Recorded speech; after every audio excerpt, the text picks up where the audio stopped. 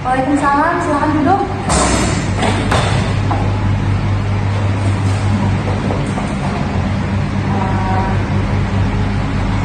Nama kamu siapa?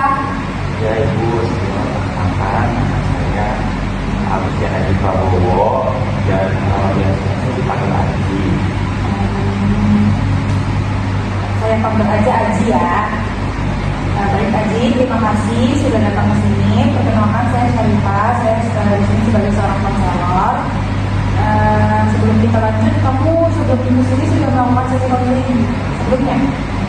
Sebenarnya untuk sesi konseling ini saya belum pernah Bu, dan atas rekomendasi teman saya diminta untuk konseling aja, melihat ternyata saya tuh kelihatannya akhir-akhir ini terlihat kayak murung terus, gak semangat dan lain-lain. Makanya teman saya ngomong aja gitu ke konselor. Oke. Baik, jika belum pernah sini, saya menyampaikan terkait sesi konseling boleh? Konseling itu adalah salah satu layanan di dunia konseling di mana kegiatannya di mana ada beberapa asas, yaitu ada kita memakai ada asas kerahasiaan. Terus kerahasiaan itu kegiatan yang dimana di dalamnya ada beberapa hal yang tidak boleh disampaikan oleh siapapun. Jadi informasi dan takut yang Anda sampaikan saya simpan baik-baik.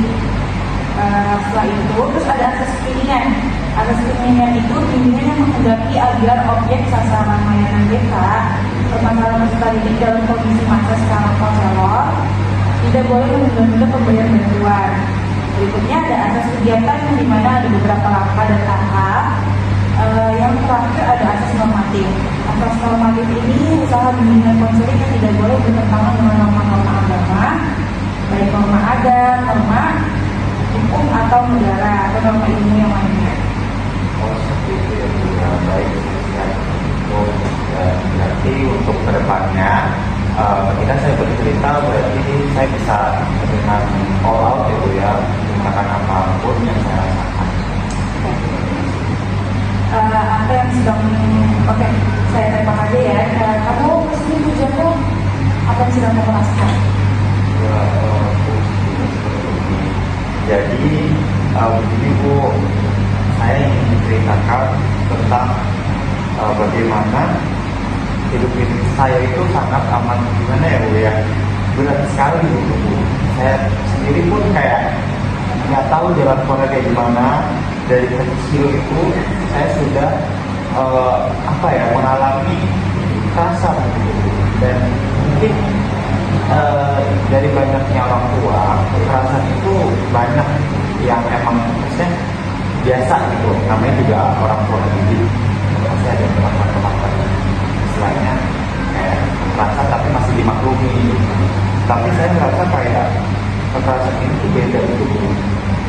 Kayak saya ada dipukul, saya ada dimarahi, saya juga sering dibentak oleh ayah saya, dan saya tuh nggak ngerti Bu, kenapa bisa dibentak gitu. Maksudnya kesalahan kecil dimarahin, apalagi yang besar sampai benar-benar kayak ada hukuman, ada kekerasan gitu. Kenapa gitu? Apa saya dari saya? Saya menurut prihatin atas mendengar itu. Terima kasih sudah cukup berani untuk membagikan ceritanya sekarang. Terus ada yang bisa kamu ceritakan lebih jelas lagi dari awal mulanya? Kalau dari awal mulanya mungkin kita mulai dari perspektif pengalaman itu waktu saya SD gitu. Jadi memang ayah saya itu memang sering banget marah. Kadang itu hal sepele aja kayak cuman bicara salah ngomong atau sikap saya yang kurang gimana, itu tuh mereka langsung, ayah saya tuh langsung marah, langsung menggerungkan matanya gitu. Saya sampai kayak kok segitunya apa yang masalah saya besar gitu. Saya juga bingung gitu. Dan ada bapak saya tuh sampai hafal saya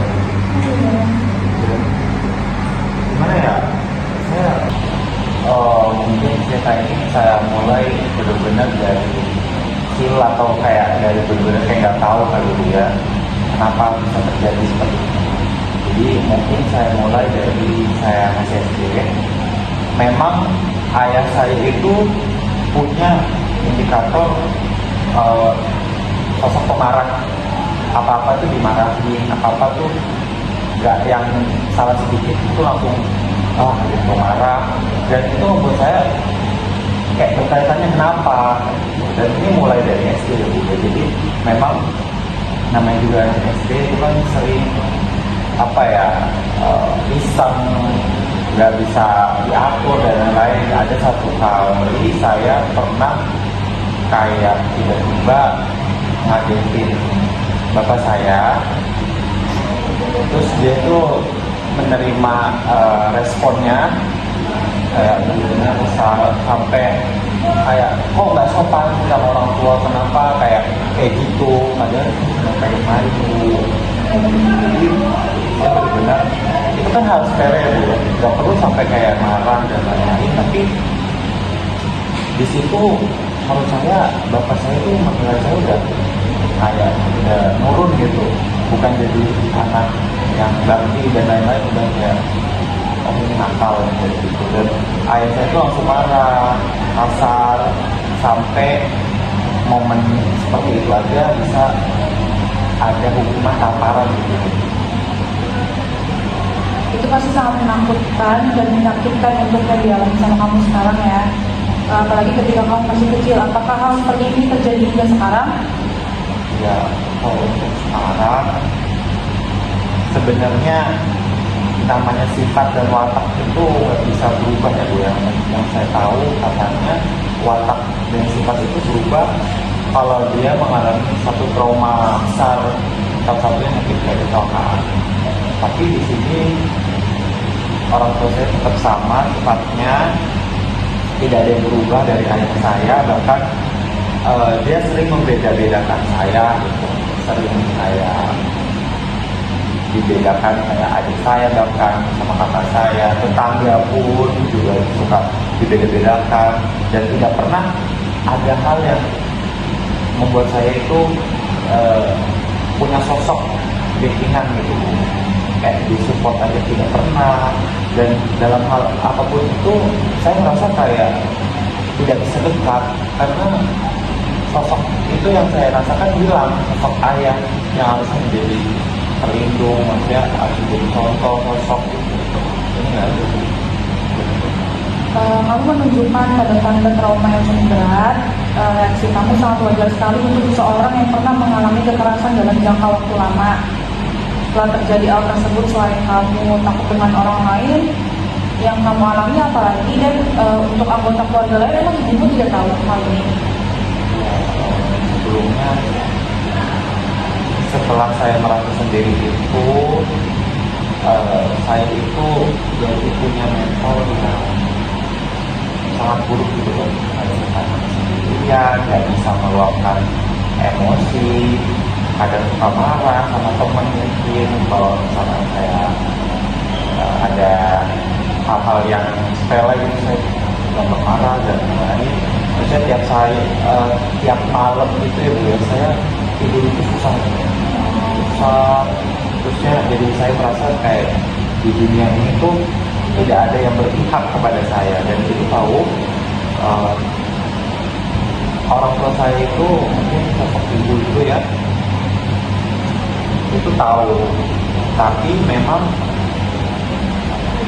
ibu itu juga takut sama ayah, jadi nggak ngomong banyak dan lebih banyak menyuruh saya untuk diam, kayak gak usah dilawan, jangan dilawan, itu kan ayah kamu, jangan berani. Baik, ibu bisa memahami tentang hal itu. Kamu benar-benar mengalami situasi yang sangat sulit, terutama saat kamu merasa sendirian dan tidak ada tempat untuk berlindung. Tapi sekarang kamu sudah mengambil langkah yang penting untuk mencari bantuan. Ya Bu, benar. Jadi saya menyadari banget yang belakangan itu banyak faktor yang mengganggu. Ya sampai teman-teman saya pun juga menyadari gitu. Dan sampai direkomendasikan itu juga gara-gara faktor ini. Jadi beberapa kali memang saya didapati merasa cemas dan juga khawatir dengan hasil akhirnya, tentang hasil akhirnya, dan kadang itu merasa kelelahan yang secara fisik itu ya nggak terlalu gimana banget, tapi kayak masih capek gitu. Jadi kayak nggak tahu kayak capeknya apa, apakah itu lingkungan saya yang kurang mendukung atau apa yang dalam proses hidup saya itu apa sih Bu yang salah gitu. Maka dari itu saya mau belajar Bu belakangan ini, cara belajar saya itu mau saya cari lagi, dan belakangan ini kurang baik, dan saya itu selalu capek, harus memahami lebih diri terus gitu. Jadi capek ya. Iya capek. Ya aku juga gagal dengan fisik kamu, terus kekerasan ini mengganggu proses belajar kamu juga pastinya ya. Apalagi kamu 21 tahun ini masih kuliah kan? Ya. Sehingga mengakibatkan dirinya menurunnya kurangnya dukungan dan sulit untuk berkonsentrasi saat belajar juga. Karena di lingkungannya kurang bisa mendukung dalam proses belajar kamu. Seperti itu. Ya benar Bu, jadi saya susah tidur iya, susah fokus iya, mikirin hal yang ya harusnya saya pikirkan, capek, mental saya down, saya punya gerakan-gerakan yang menurut saya kayak mengganggu juga, sering menggetarkan kaki dan lain-lain itu mengganggu. Saya ingin membantu kamu mulai menyembuhkan diri dan membangun kembali rasa aman. Apakah kamu bersedia jika kita pelan-pelan mencoba teknik yang mencurahkan perasaan kamu yang tidak bisa diungkapkan untuk mengelola rasa cemas dan trauma kamu? Saya ingin masalah saya diselesaikan, dan minimal hidup saya itu bisa punya kebebasan Bu, tenang, dan juga bisa ekspresif mengungkapkan perasaan yang saya mau keluarkan. Biasanya itu bisa Bagus, kita bisa mulai dengan pertama teknik pernapasan dulu untuk menenangkan diri kamu saat merasa cemas atau takut. Nanti kita juga bisa membuat journaling atau menulis perasaan kamu saat ini, atau setelah melakukan teknik juga boleh, nanti saya tanya. Saya juga akan membantu mengeksplorasi kemungkinan untuk mendapatkan dukungan hukum atau perlindungan jika mengakibatkan fatal sekali ya. Ya Bu, saya takut sebenarnya kalau sampai harus lapor, tapi saya mau belajar asalkan tidak sendirian dan ada itu di sini. Jadi kan kamu bilang bahwa ayah kamu sering memukul dan membentak sejak kamu kecil. Sekarang coba kamu bayangkan di depan kita melakukan yaitu ada teknik kursi kosong. Di depan kamu angkat kursi kosong, nanti ibu berdiri. Seolah-olah ini ayah kamu boleh mencurahkan perasaan kamu saat ini yang kamu pendam dari dulu hingga sekarang. Kalau dia benar-benar ada di depan kamu saat ini, apa yang kamu katakan? Kamu mulai sekarang. Saya takut Bu, dada saya rasanya sesek, debar-debar, dan saya ingin setiap kali saya membahas ini saya benar-benar. Oke, rasakan dulu ketakutan kamu itu, gimana kamu merasakan di tubuh kamu? Ya Bu, saya takut, benar-benar saya ngerasa dada saya sesek. Kalau misalnya ngomongin ayah saya cemas, sampai ini saya bingung mikir apa, nggak bisa mikir Bu, dan ya itu akan terjadi setiap kali saya mau membahas ayah saya. Tarik nafas perlahan sekarang tanpa harus bicara keras. Bayangkan kamu bisa mengatakan sesuatu ke ayah kamu dari perasaan kamu saat ini, boleh marah, boleh sedih, apapun itu apa yang keluar di dalam diri kamu.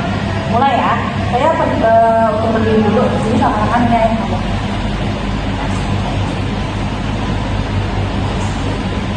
Ayah,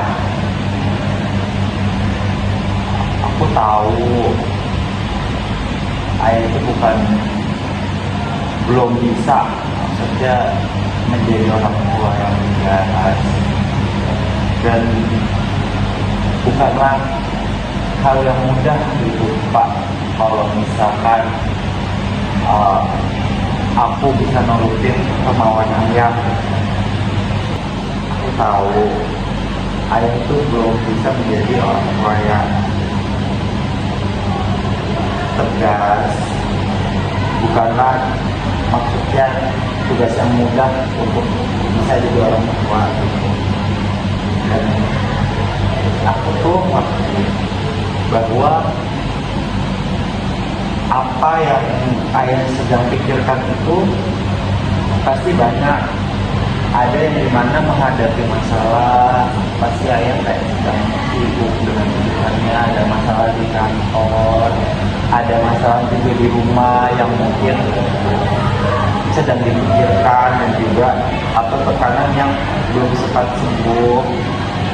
Tapi ayah, aku bukan tempat pelampiasan, kayak aku bukan penyebab rasa sakit ayah gitu, sampai ayah bisa setiap kali berkata keras dengan sikap aku yang tidak terlalu gimana, langsung kayak main tangan dan turut banyak hal yang ayah lakukan tuh aku merasa beda, sakit dan meninggalkan luka yang sangat dalam buat aku ya. Dan luka ini mungkin yang dirasa aku tuh udah sampai saat ini aku masih merasakan ayah, dan bagaimana sampai kayak mempengaruhi dari pikiran aku, dari emosi aku yang nggak bisa dikontrol, sampai aku belum bisa bagaimana menerima seorang yang bisa mencintai. Aku belum tahu dan nggak mengerti cara orang itu bisa mencintai itu seperti apa. Aku nggak tahu, dan melihat diri sendiri kayak apa aku pantas dicintai ya? Apakah aku sempurna? Nah, dan aku tuh nggak butuh ayah sempurna, tapi hanya butuh ayah yang mau belajar dan mau mendengarkan, mencintai, dan juga sampai menyayangi dan mendidik tanpa adanya kekerasan yang tidak perlu sampai segitunya ya. Oke, bagus sekali.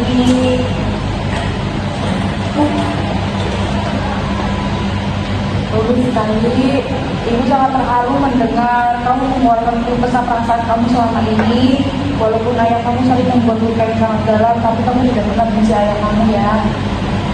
Ya, pun yang Buya itu dengan ayah saya sayang semua pada orang tua saya, tapi bagaimanapun saya berharap dengan melakukan teknik seperti ini saya dapat bisa rasa yang saya kumpulkan, yang saya pendam ini bisa keluar sampai saya tadi sampai nangis gitu. Benar-benar lega gitu. Ibu senang kamu sudah mau berpikir positif. Ibu harap kamu bisa melakukan hal-hal ibu katakan tadi. Kamu hebat sekali sudah menceritakan semuanya kepada ibu. Iya Bu, terima kasih. Sekarang kita balik untuk teknik kosong ini. Sekarang kamu bisa berubah posisi duduk kamu di sini. Seakan-akan kamu tuh menjadi ayah kamu. Kalau kamu adalah dia dan kamu mendengarkan kata-kata barusan tadi, apa yang akan kamu jawab sebagai dari ayah kamu sendiri. Seakan-akan kamu tuh kayak ayah kamu ya. Iya deh, ayah minta maaf ya. Ayah minta maaf lagi kalau semisal ada perlakuan ayah yang kurang baik, dan sebenarnya tidak bermaksud bersikap begitu, tapi mungkin ayah yang salah. Jadi jangan kamu sampai pikirkan seperti itu. Tidak apa-apa kalau misalkan kamu benci sama ayah, cuma sama ayah, nggak apa-apa. Tapi tetap ingat, hormati orang tua kamu, dan jangan sampai apa yang kamu bencikan ini bisa berbalik sama kamu. Pokoknya jangan terlalu pedang sekarang aja. Ya apa-apa, udah jangan sampai kamu ya. Ini ayah tahu ayah belum bisa baik, tapi sebagai teman besar jangan terlalu dendam. Apa rasanya bisa mendengar ayah kamu minta maaf walaupun hanya itu aja? Benar-benar saya merasa kayak terganggu dan apa ya, ada hal yang nggak bisa terungkapkan gitu Bu, dan pelan-pelan tuh kayak keluar dari dada saya itu kayak plong, dan saya merasa kayak apa, walaupun perkataan sedikit kayak itu udah bisa menunjukkan ekspresi yang saya inginkan, emosi yang saya inginkan, dan itu saja udah sangat Bu. Untuk sesi hari ini kamu udah melakukan hal besar dengan berbagi kisah kamu, bagaimana perasaan kamu setelah kita bicara dari awal. Udah merasakan lega melakukan teknik ini? Udah kerja dan juga walaupun sebenarnya ada rasa yang masih jalan gitu ya, tapi ya saya rasa beban yang memang saya inginkan itu gitu. Saya senang sekali mendengar itu. Terima kasih ya sekali lagi sudah mempercayai ibu untuk memberikan hal tersebut. Kalau kamu ada waktu atau sesuatu yang mendesak bisa ceritakan ibu atau datang ke ibu ya. Saya juga ya dari ibu dan ibunya atas semua apa ya pembelajaran dari mendengarkan sampai dengan ibu bisa kayak memposisikan saya sebagai orang tua, dan apa yang mau saya lakukan itu benar-benar sudah merubah pandangan saya, dan bebannya ini sudah sangat berkurang dan saya merasa sekarang lebih aman. Kamu luar biasa kuat ya Aji, karena sudah menghadapi masalah seperti ini. Semangat terus ya. Mungkin itu aja saya izin pamit dahulu. Assalamualaikum warahmatullahi wabarakatuh. Ya, sama-sama Aji, hati-hati di jalan ya.